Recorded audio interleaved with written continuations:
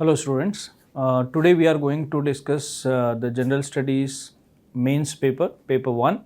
In this we will be discussing the questions of geography, that is physical geography. So, the pattern of questions that were asked in General Studies Paper 1, this includes the questions from geomorphology, climatology as well as oceanography, and you will find that the questions are of both nature, that is factual as well as conceptual. So, you have to include facts when you are writing the answers, and also you have to relate the things. This was the major demand of the questions. Now, let us see the first question here. This is question number 4 of paper 1. It is describe the characteristics and type of primary rocks. Answer in 150 words. This question was for 10 marks. Now, here it is asking you to write about the primary rocks, then types of primary rock and characteristic features of the primary rocks. So, this question is related to, so these are the keywords, and there it is related to first thing, the understanding of the rock cycle. So, in rock cycle we know that rocks can be classified as primary and secondary rocks.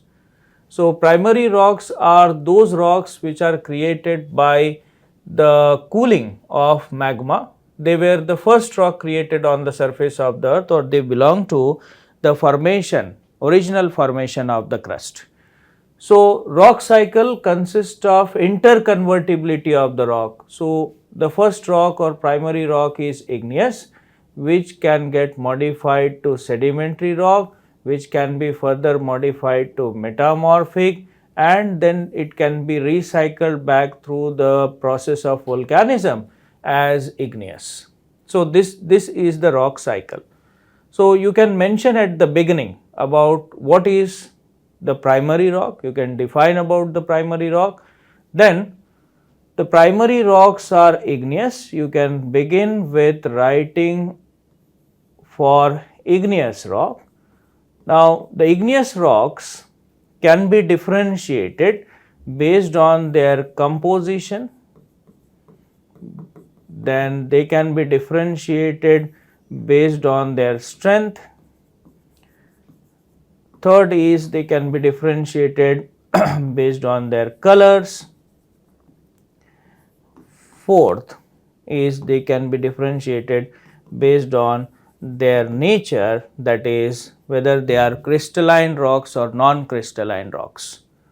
So, this can be the 4 important characteristics: composition, strength, color and crystallization of the igneous rock, and all this is decided by what is magma made up of, what is the composition of magma. See, magma here can be further differentiated based on the silica content. So, here it will be felsic and mafic magma. So, one type of igneous rock can be created by felsic magma and another is created by mafic, and these are differentiated based on the proportion of silica that is present in the magma, and this proportion of silica is going to decide what is the composition as well as cooling of the rock, rate of cooling of the rock. So, if you consider rate of cooling of the rock, so some rocks may be formed by rapid cooling. Rapid cooling will result in more crystalline property of the igneous rock. If it is a slow cooling of magma, this will result in the hard rock, or that is also known as non-crystalline igneous formation. So, you have to include this also. Then what is deciding the rate of cooling? Rate of cooling is further decided based on at what location magma is erupting. It is also decided based on the composition. So, whether the magma has higher proportion of silica, magnesium, aluminium, iron, these are the factors that decide the rate of cooling of the magma. So, when you answer this, first part will be write definition of rock, primary rock, then say it is about igneous rock. You can mention about a small paragraph on the rock cycle, then you can say that the characteristic of the igneous rock depends on this. Then further you can write about compositional factor, then further write about the cooling, and lastly you can give some example showing the difference between the rocks. So, like we say Archean rock, or it is like gneiss or cystic rock, these are the type of igneous formation. Of course, they are influenced by temperatures and pressure that are acting on them after their formations. So, this will be the format in which the question has to be answered here. So, if you see, this is the rock cycle. Here we can, in this diagram it is described about how is the different forces that are affecting the formation of the rock. So, when you say igneous is influenced by pressure and temperature. It is also influenced by the denudational processes, but this is not the main content of the answer. There should be a reference of the rock cycle when you are writing this. If it was described, it is about describing the sedimentary formation and metamorphic formation. In that case, you can emphasize more on the rock cycle, and major part of the answer will be on the rock cycle. In this answer, it is expected that you are more focusing on the character, nature, composition, and the crystallization of the igneous rocks. Now, let us see the second one. The question number 5, it was discuss the meaning of a color code weather warning for cyclone prone areas given by India's meteorological department. This is for 150 words and 10 marks. Now, in this answer, you can mention about, see, this question is related to the cyclone prone areas and cyclone warning, means this is also linked with the disaster management, or this is related to cyclone management. Cyclone management. Now, when you say it is a cyclone management, this will be about pre-disaster and post-disaster. There are two things about a disaster management, pre and post. In this case, the question is pertaining to the warnings for cyclone prone area. This is related to the pre-disaster. Before the occurrence of a disaster, we are making people alert about this. This is a part of early warning systems. So, for every disaster, making people alert, we are using some color code. Like for rainfall also there is a color code. Similarly, for earthquakes also there is a color code adopted for the seismic zones, and for cyclone warning also there are color codes. Now, you can begin with the definition related to the cyclone, then you can write about the second point will be why this color code warning or why early warnings are essential, and they are the essential element of pre-disaster management. Then how this early warning can help in mitigation of the disaster. This also one paragraph can be included here, that what is the utility of this early warning in determining the mitigation aspects of the disaster. Next will be what is the criteria? What is the criteria for such color coding? Now, criteria here is generally when it is a cyclone. When it is a cyclone, the criteria will be the wind velocity, and second is the intensity of rainfall associated with the particular condition of a cyclone. So when cyclone is considered to be a disaster, what is the damaging part, damaging element of a cyclone? That is the velocity of the wind. So what should be a criteria that can help us in demarcating this code? That will be the wind velocity, and related factor is the rainfall. Now, when we consider the meteorological warning, early warning for the cyclone, it consists of 4 color codes like this. Here it is green, yellow, orange and red in this way. So, where green stands for no warning, for means this is a normal condition, this is green. When it is yellow, it is be updated in the sense a kind of alertness, and keep yourself informed about the prevailing conditions of that region. Then orange means it is be prepared in the sense that in case there is a need, the people have to be moved from that region. And last one is take action, means there is a need for immediate action, particularly the agencies have to be roped in order to carry out the necessary action. So, IMD is using the color codes, and this describes the severity of the weather phenomenon that is expected during the cyclone. What can be a drastic conditions that can be the outcome of a cyclone? So, drastic changes in the weather. So, that is indicated by the color code. As I told you, this is for green, yellow, orange and red. See, in this case from the IMD we can see how it is mentioned. Green is all is well, no advisory is issued. Yellow, it is be aware, in the sense that is weather condition or bad weather can exist for a considerable duration.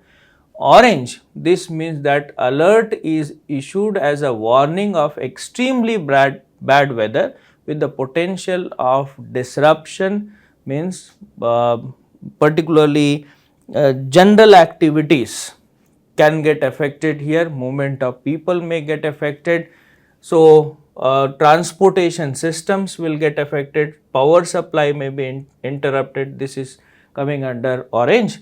And then it is red. Red is where it is extremely bad or severe conditions, where it is certainly going to disrupt the entire region, and the red alert generally means that this is a risk to the lives of the people. So, this meaning of the color code to be included in the answer. You can elaborate here by giving certain examples also. This was the second question. Let us see the third one. What are the forces that influence ocean current? Describe their role in fishing industries of the world. So, this was for 15 marks. You have to write 250 words on this. So, what are the keywords? So, forces that influence the ocean current. This is one part, and describe their role in fishing industry of the world. So, here you can start with the first, that is definition of ocean current. So, ocean currents are the part of oceanic circulation, and this is the movement of water with higher velocity in large volume in particular direction, that will be considered as ocean current. Ocean currents are surface phenomenons. So, we are talking about the surface ocean currents, and these ocean currents are helpful in establishing certain conditions. So, you can write what are the significance of the ocean currents. Then we can include what are the factors or forces that influence the ocean current. This will be the second part. First part, you are expected to write what are ocean currents and what is the significance of the ocean current. Then go by the second part, that is what are the factors that are influencing the ocean current. So, if you see the factors, we can include the factors like the coastline, the shape of the coastline. Then second factor will be the Coriolis force, the deflective force that are acting on the currents. Then we can include the factor like prevailing wind, then also the density factor like combined effect of temperature and salinity. This also to some extent has the influence on the ocean current. But first three are important, that is shape of the coastline, then it is the Coriolis force, the deflective force, and the third one is the prevailing wind. Now you can give examples when you are writing. Suppose you are writing about the shape of the coastline, you can give the example of how the current is modified because of shape of Gulf of Mexico. This is one example. Then look at the Coriolis force. Here you can write about the Ferrell's law, wherein the ocean currents are deflected to the right in northern hemisphere and to the left in southern hemisphere. So, what these ocean currents do? After their deflection, they are circulated. The water is circulated in the closed loops like this, and this will be establishment of a gyric circulation, a closed circulation also known as a gyric circulation. So, you can talk about this gyric circulation in northern Atlantic, southern Atlantic, then Pacific Ocean in this way. Then third factor you are writing is influence of the prevailing wind. Influence of prevailing wind you can show particularly how these winds are able to modify the circulation of water in Indian Ocean above the equator. So, it is influence of southwest monsoon and northeast retreating monsoons on the ocean current. So, this is, we are addressing first part of the question. What are the forces that influence the ocean current? When you describe, simultaneously give the examples also. Write about the supporting examples for these factors. So, this is half. Now, after this, there will be the next part. So, here as I have discussed, factors in influencing are this, and the next part is, it is asking you to describe about how is this ocean current influencing the fishing industries. So, first here you should be able to explain what do you mean by a fishing industry. Now, this is a fish processing industry, and this fishing industry depends on fishing or those aquatic catch or water catches.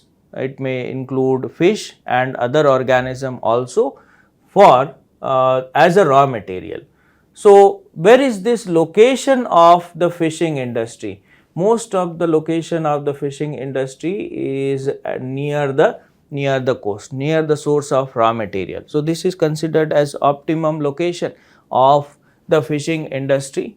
Now, this is supported by where there is a potential of a fish catch. So, that is known as fishing zones of the world. So, three things need to be included here in the second part of your answer. What do you mean by fishing industries? What are the product and processes? Second, what is the factor that determines the location of the fishing industry? Obviously, this is the raw material. Raw material is in the form of fish catch. Therefore, most of this fish processing industry is located near the coast. So, fishing zones will determine wherever there is a huge potential for the fish catch, such areas will be emerging as important regions for the fishing zone. Now, where are these fishing zones coming into existence? Wherever there is a favorable conditions for the marine ecosystems to function or exist. So, here we can say areas like coral reefs, then there will be where there is a presence of nutrients or where there is abundance of the food. Now, in such cases, we have to analyze about what is the role of ocean current in this. So, what is ocean current doing for these fishing zones? So, we can say that ocean currents are transporting the nutrients. Second, ocean currents will be helpful in bringing the nutrients to the surface. Third will be the merger of cold and warm currents will help in establishment of the conditions that are very useful in the growth of planktons. Planktons are the small, we can say, organisms that are present in water and they are food for fishes. So, growth of planktons, this is supported by certain conditions of temperature and certain conditions of nutrients under water, and these are generally established by the merger of the cold current and warm current. Therefore, the areas of cold current, the areas where there is upwelling in the sense water coming from below to the surface, subsurface water moves to the surface, this will be considered as upwelling, and the areas where there is a merger of cold and warm current, this will be emerging as the fishing zone, and near to this fishing zone will be the location of the fishing or fish processing industry. So, this will be your second part in this. Now, when you are describing the fishing zones, so you can show it through the map, you can show the world map here describing what are the important locations of fishing. In this way, fishing zones are further divided into two categories based on the temperature. So, you have fishing zones of cold water and fishing zones in tropical and subtropical. So, these are also directly written as fisheries. So, here as I explained you, it is upwelling current, mixing of water, gyric circulation, areas of Photic zone. This is also known as continental shelf. So, continental shelf also supports the development of fishing zone. So, you have to look at those areas where the continental shelf is very wide continental shelf, and also the orientation of the coastline. Now, in this question, you can show the fishing zones, major areas or major fishing grounds of the world by drawing a small world map here. This will give an examiner the idea that you have a complete understanding about how these ocean currents are influencing the fishing zone. So, major fishing zone here, like in northern Atlantic, this is the Grand Bank. You can show the current here like Labrador and Greenland current, and here it is North Atlantic drift. Then on the western margins of the continent, at all the places here, the fishing zones are supported by the cold current. So, here it is like West Australian current, this is a Venezuela current, this one is the Peru current. At the coast of Sahara, this is a cold current Canary, but this is a upwelling current. Similarly, at the coast of North America, there is a California current. So, these are cold current again supporting this, and we can see there is also a merger of cold and warm water here in case of Japan. There is a formation of a fishing zone. Fishing zone is also established in Southeast Australia. This is in this region and this one. These are also the regions of merger of cold and warm water. So, these are on the world map major fishing grounds. So, this will be the content in answer for this question. Let us see next one. Question number 16 of paper 1. It is mention the significance of strait and isthmus in international trade. They have asked for 15 marks, 250 words you have to write here. So, significance of, now these are the geographical or topographical features, you can say, straits and isthmus. In this way you have lot many things like bays, gulfs, these are also there, but here these are related to the narrow structures. So, first is you are expected to write the definition part, right? Definition, what is the meaning of a strait and what is the meaning of isthmus. Then write about what is the international trade and what is the significance of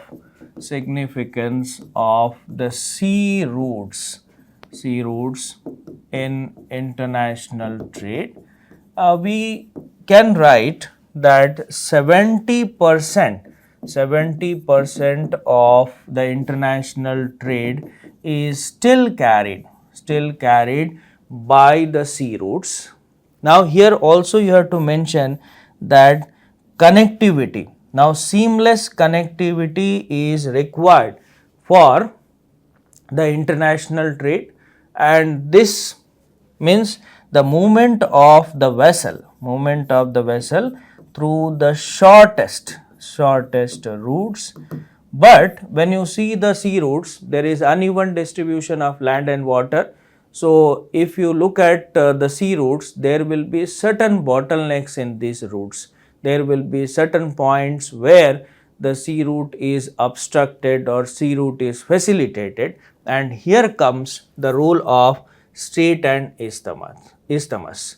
So in this case, first is defining what is a strait.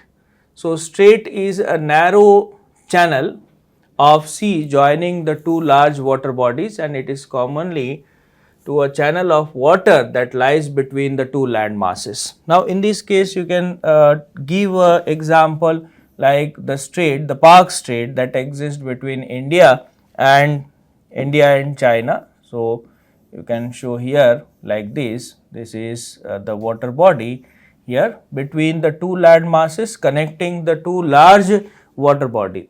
This is a strait. So if you see here the trade route, so if a vessel is moving, the vessel has to move in this way. If the vessel is allowed to move through this strait, obviously the length of route that generally need to be followed is cut down. So this will save time, this will be like a more cost effective method if the straits are facilitating the transportation or they are allowing the movement of the vessels. Similarly, you take the example of what is isthmus. Isthmus is a narrow strip of land that connects the two large land masses and separates the two water bodies. You can take example of isthmus that is there between North America and South America. This can be considered. So between, it is the land mass connecting two large water body land masses. So this is North and South America and separate two major water bodies. You can see this is Atlantic and Pacific Ocean in this way. So both are considered as, in this case, both are considered as strategic. Isthmus and straits are considered as strategic location, and they are natural sites for stationing of the vessels, that is nothing but ports. So linking the land, linking the water bodies, there can be a canals for this. Now in this you can give some examples also, as I said. So major straits and isthmus, like it is Malacca Strait that exists between Sumatra and Malaysia. Then you are having Gulf of Hormuz, then Suez Canal linking Mediterranean Sea and Red Sea, and also Isthmus of Panama that I was discussing before. This is the Panama Canal which links between the Atlantic and Pacific Ocean, and here Malayan Peninsula, that is Isthmus of Kra. So, in this way, so this can be some examples cited, and then you should look at what are the significance of the isthmus and trade. So, talking about the transportation, it is oil trade, trade in goods, trade in defense product, or it is about the location of major harbors and ports. Now, here you can again give examples supporting all these points. So, this was question number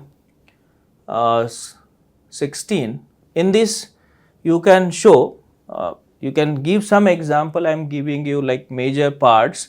Here what are the important locations wherein the trade is generally intense and there are some bottlenecks here, that is known as, so these are primary choke points. You can see here in case of Bab el Mandeb, then Strait of Hormuz, then Strait of Malacca. These are considered as where you have to cross that. Moving around, suppose you look at Panama Canal, other way crossing from Atlantic to Pacific or Pacific to Atlantic, this can be the only way, otherwise you have to take a round movement across South America, that obviously will be very difficult. So, or that will be impractical. Instead of difficult, we can write impractical. So, this can be some examples cited. It's not necessary to draw a world map here. You can just give some example describing these choke points and what are their significances. Now, question number 17 was, troposphere is very significant atmospheric layer that determines the weather processes. How? 250 words. This is for 15 marks. This question is from climatology, and it is related to the structure of atmosphere. So, the question is from the topic of structure of atmosphere, layering of atmosphere. We know that atmosphere is differentiated as layers. So, the lowermost layer is troposphere. So, you can mention about troposphere, then stratosphere, mesosphere, exosphere, and you can write a paragraph describing their thickness. Then here the lowermost layer is a troposphere. Troposphere is extending from 0 to like 18 kilometers on the equator and up to 8 kilometers on the poles. Now, you should be writing about what is the characteristic feature of a troposphere. So, question is significant layer. Troposphere is considered as a significant layer. So, you should be describing here about what is the significance of this layer. So, before describing significant, you write some factual content of this, write about what is a troposphere, then write the thickness, then also mention the height of the troposphere is not uniform. The height of the troposphere decreases from equator to pole. Accordingly, the height of the stratosphere also will decrease, means towards the polar region the stratosphere will approach closer to the surface. Now, here it is atmospheric layer that determine the weather processes. So, here you should be writing what is a meaning of a weather. So, and what is a weather process. Weather process here is like wind, it is pressure, it is cloud formation, rainfall, then atmospheric disturbances like cyclone, so and so. These are all considered as the weather processes. So, these are two parts. After this, you should write about, the next one will be describing the significance. So, first tell about what is deciding the height of a troposphere. The height of the troposphere is determined by the height of rising air. So, here height of the rising air, height of rising air determines the height of the troposphere. Second is, it is also determining maximum extent of atmospheric phenomenon. Maximum extent of atmospheric phenomenon. It means that up to a height where the air is rising, there is a possibility of atmospheric phenomenon. It means all the weather phenomenon get restricted within the troposphere. They get restricted within the troposphere. Means if this is the surface, this is the boundary of a troposphere, all the phenomenon is within this height. Means after this troposphere, this layer that divides the tropo and strato will be known as a tropopause. So, we can say whether it is a cloud, whether it is rainfall, whether it is a cyclone, everything is present within this. There is no such phenomenon existing beyond the troposphere. So, it means the atmosphere becomes stable, it becomes more stable, it does not have any disturbance, it is not having any turbulence. Beyond the troposphere, everything is present within it. Thus, what we can say, that when all these phenomenons are restricted within the troposphere, the climate of any region, climate, weather or atmospheric disturbances, the processes, all these are lying within, or they are the result of the processes and phenomena operating within the troposphere. So, this is the significance of the troposphere. Now, you can add some point related to whether it is a diabatic process or adiabatic processes, but this is very technical. As a part of GS, it may not be that required. If you are knowing, you can add. Otherwise, you can write in general about what are the condensation processes, what are the precipitation processes. So, all these are restricted within the height of a troposphere. So, in this way, determining the climate of any region, suppose this is a region and the climate is like R, region R, and its climate. So, what is the behavior of the atmosphere? This depends on how is the troposphere, how is the characteristic of a troposphere over that region, and what phenomenons are operating, and also the height and character of the troposphere differs from one latitude to other. So, there is latitudinal variation in characteristic of a troposphere. As we move from equator to pole, there will be difference in the behavior of the air, behavior of weather associated with the conditions of air in the troposphere. So, this has to be elaborated. So, these are the questions for physical geography in GS paper 1. So, I have given you the major format, structure of the answer that you should be including when you attempt these questions. So, discuss the natural resource potentials of Deccan Trap. It was a 10-marker question. So the question is, discuss the natural resource potential of Deccan Trap. See, because it is a 10-marker question, you cannot write a very lengthy introduction. Just mention what do you understand by this term Deccan Trap. Okay, where do we have this Deccan Trap? Okay. See, Deccan Trap is not to be confused with the Deccan Plateau. Deccan Plateau is different from Deccan Trap. Or you can say, within the Deccan Plateau, we have Deccan Trap. So Deccan Plateau will include Maharashtra Plateau, Karnataka Plateau and Telangana Plateau.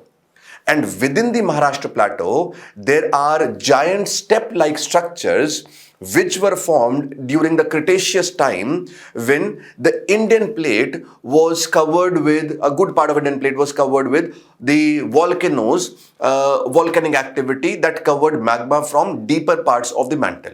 So we had hotspot volcanic activity, and that created some giant steps, and we have some hills here which are known as the Deccan Traps. So Deccan Trap, basically you're going to define what is Deccan Trap, where do we find Deccan Traps in India. Okay. Then the question is natural resource potential. Now when I look at this term, natural resource, what is meant by this natural resource? Now you cannot limit your answer to just the minerals that are present. Natural resource will mean forest resources. Natural resource will mean the energy resources. It will mean the minerals that are present. Okay. So it will mean the resources of water, that is both surface and groundwater. Okay. So it will mean the resource like soil. If the soil is fertile, it is itself a resource. So when you look at the natural resources, then natural resource can be soil resources, forest resources, energy resources, minerals and water resources, both surface as well as groundwater resources. Now the question is resource potential of Deccan Trap. So we are not asking whether we are able to tap this, but what is the potential? So now, what are the areas of Deccan Traps? You will mention first. You may draw a diagram here. Diagram will add the value to the answer. So you will mention that when Indian plate was moving over Rainian hotspots, then volcanic lava erupted and it covered large areas of the country. And in many areas of Maharashtra, we have large giant steps which are known as Deccan Traps. And these are the areas which are flat-topped hills. Take a part of Deccan Plateau. Once you have mentioned Deccan Traps, then you write about the soil resources. What is the soil resource potential? This is the area where we have the soil which is formed by the disintegration of basaltic lava, and the soil which is formed by disintegration of basaltic lava is the black soil. And this black soil, it is rich in calcium, it is rich in magnesium, it is rich in iron, and as a result, it is important for cultivation. You can mention certain crops.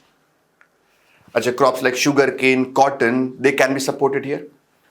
We have forest resources. If I look at this region of Chandrapur, the region of Gadchiroli, the regions of Bhandara, all of these are basically the areas which are forested areas.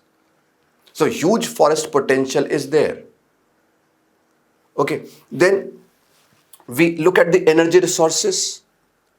Again, in the areas of Vardha Valley, in the areas around Chandrapur, this is an area where we have good amount of coal present.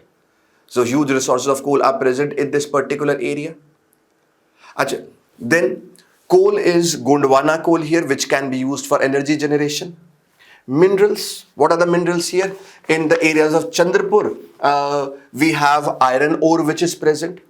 Take it. So we will not include the areas of Ratnagiri, areas of Sindhudurg where iron ore is present, because that is part of Western Ghats. Deccan Trap is not same as Western Ghats. Okay, so you will write about minerals like iron ore present in Chandrapur, or for example, limestone present in Yavatmal, Nagpur, Bhandara, or for example, kyanite present in this same area of Chandrapur, or even bauxite present in the regions around southern Maharashtra, Kolhapur. So this is what you're going to write. Water resources, you can write about the rivers that are flowing here and how these rivers can be tapped and this resource potential can be used. For example, you may talk about how the development of dams in the regions around Pune, Ahmednagar have changed the cropping patterns. Groundwater. We don't have much of groundwater here. Groundwater may be present only in those areas where we have some fractures or where we have some fissures, and that is fossil water. So not much of groundwater is present. The simple question that we have these as the natural resources. First, explain what is Deccan Trap. Then draw a map, and then these are the natural resources that are present in those areas. Then towards the end, even though it is 10 marker, just one line of conclusion that we need sustainable exploration of these reserves. Okay. Achha. Another question.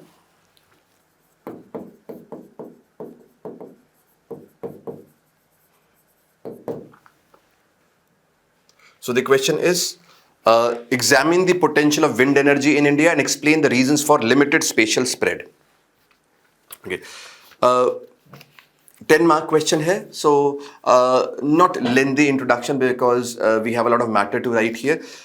Just start the answer with the benefits of wind energy. Why do we need wind energy in India? And then examine the potential. And when I look at the potential, what will this potential depend on? Okay. When you look at the wind energy, the amount of energy that we are generating or that we can generate, it is directly dependent on the wind speed. It is directly dependent on the wind speed. If the wind speed is more, then in that case, you can produce more amount of energy. Now, 2016-17, National Institute of Wind Energy said the potential is 100 gigawatt. Okay. Because whatever wind that we have, they analyze that the potential is 100 gigawatt. But when you look at potential to a large extent also depends on the technology used. With the change in technology, the potential will also change. 2017 mein, National Institute of Wind Energy says, no, the potential is 300 gigawatts. Because now when we have the windmills can be raised to a greater height. This was the potential of wind energy at 80 meters. And this is the potential of wind energy at 100 meters, because now with the new technology, windmills can have a larger wingspan and they can be raised to a greater height. And greater is the height, less is the force of friction, greater will be the wind of speed. And greater is the wind of speed, more will be the power generation. So potential will depend on the technology. Like earlier, we were focusing only on the wind energy plants which were located onshore. But now we have offshore wind energy projects as well. And if you go into the open ocean, wind blows with even greater speed, less of friction, and as a result of which, more of potential. So as of now, you have a lot of potential, and the government says that at a height of 100 meters, 300 gigawatt is the potential. But potential will depend on the technology used.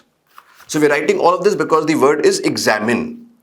Okay, so you have to examine what is the potential. You have to tell the examiner deeply what is the potential here. Explain the reasons for spatial spread, limited spatial spread. Limited spatial spread mein you can write about how the wind energy projects are so limited in the northern parts of India. They are in the southern parts of India because we have a long coastline. And because we have a long coastline, wind which is coming from the ocean, it is coming with lot of speed, so there is a potential. But North India mein, we have the continental location, and because of which we may not have a strong wind like what we have in South India. So as a result of which there is a limited spatial spread. Then you can also mention things that the government has withdrawn a number of benefits from wind energy projects. So whatever addition was there up till 2017, uske baad it has slowed down because number of incentives have been withdrawn, especially when solar energy is now the face of India's renewable energy program. So number of benefits have been withdrawn, and this is creating certain issues.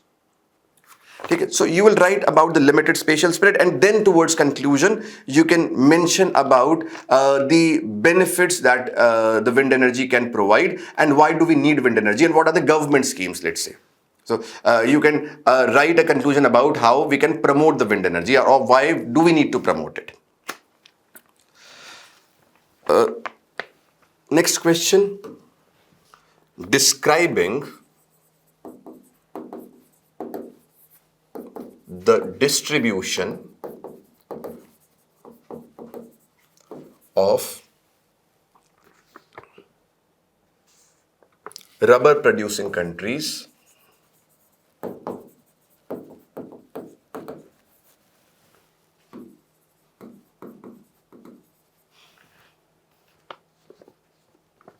indicate the major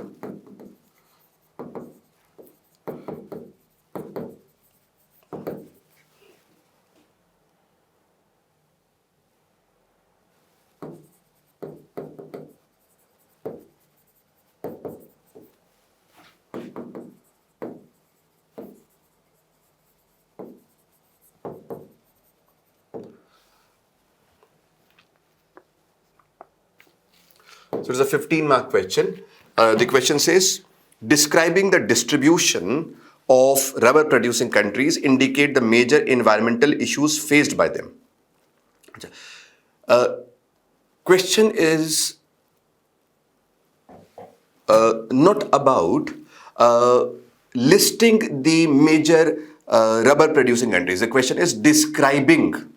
Okay? So it is describing the distribution of rubber producing countries in the world.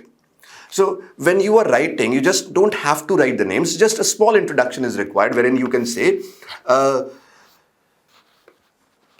rubber can be naturally produced from trees, and those trees are cultivated, or those trees require humid conditions for their cultivation. These trees, they can be cultivated in tropical areas, and they require large amount of water, so they find their place in the areas where rainfall is high. And a number of equatorial countries, they have the rubber cultivation.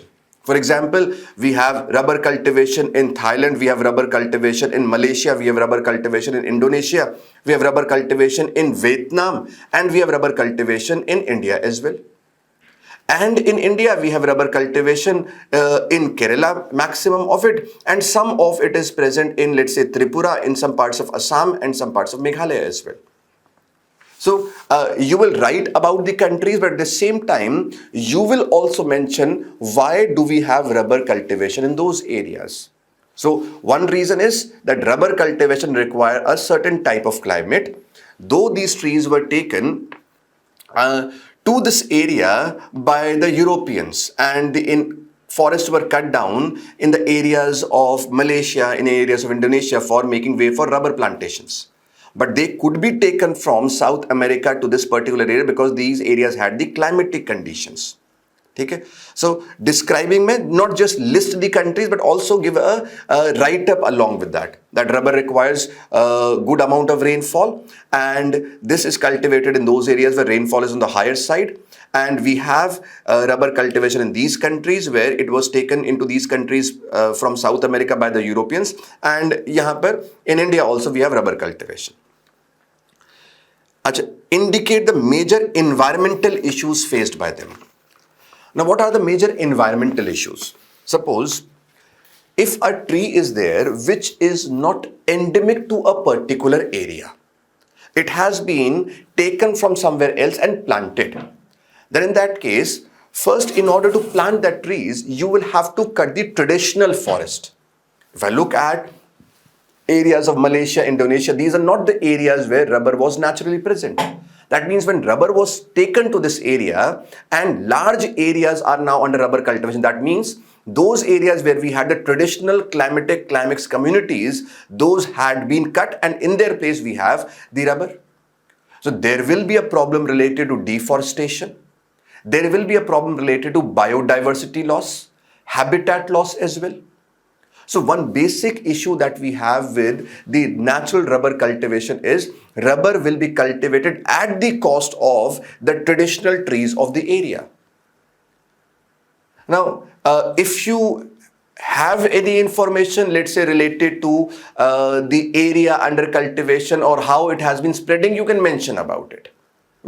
I got some data with me which says in South Asia, rubber monoculture took over 250,000 hectares of natural forest and 61,000 hectares of forest area between 2005 and 2010.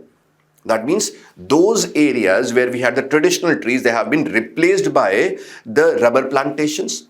And as a result, what will happen to the biodiversity of those areas? This is an area where we have a high species richness. But now we have a monoculture. So it will be a biological desert, where instead of those trees which were able to support a lot of wildlife as well, great species were there, but all of these are now replaced by just one tree, that is rubber. In India as well, northeast mein in 1976-77, 574 hectares of land was under rubber. Now it is 70,000 hectares. In Assam, 2006-2007, we had 16,500 hectares and now it is 50,000 hectares. So you can give, now it is easy for me to get the data and give the data to you. You might not have the data, but you can generalize the question itself. You can say, okay, this is one problem. Problem related to the deforestation, problem related to monoculture, problem related to loss of traditional forests or climatic climax communities and habitat loss associated with this. This is one. Second is processing of rubber. When you extract the latex, from the rubber tree, then the latex may have almost 30 to 40% of rubber in it.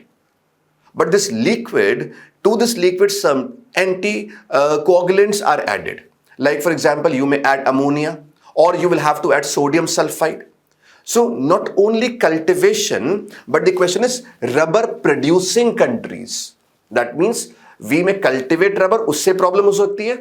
But when we are processing rubber, natural rubber, also in that case, we have certain problems. So we will have problems wherein when rubber is processed, these chemicals like ammonia, these chemicals like sodium sulfide, they will be let into the water bodies because these are the areas where rainfall is heavy. So they will be let into the water bodies. It may lead to acidification of water bodies. The number of studies related to the acidification of water bodies in those particular areas. Plus, when you're cultivating rubber under monitored conditions, you will be using fertilizers, chemicals, you will be using chemical pesticides. And all of this will contaminate the soil health, will contaminate the groundwater. So these are the basic problems that we have, environmental problems that you have in those countries where rubber is produced. So you may conclude the question by if you know about certain technologies where rubber can be reused. See, rubber is a natural product. It can be biodegradable, but it takes long time to degrade. So you can talk about certain techniques which can make it degradable, or certain techniques wherein the rubbers can be reused, so that less of area comes under rubber, but at the same time our business is not affected. Okay, chalo, thank you very much.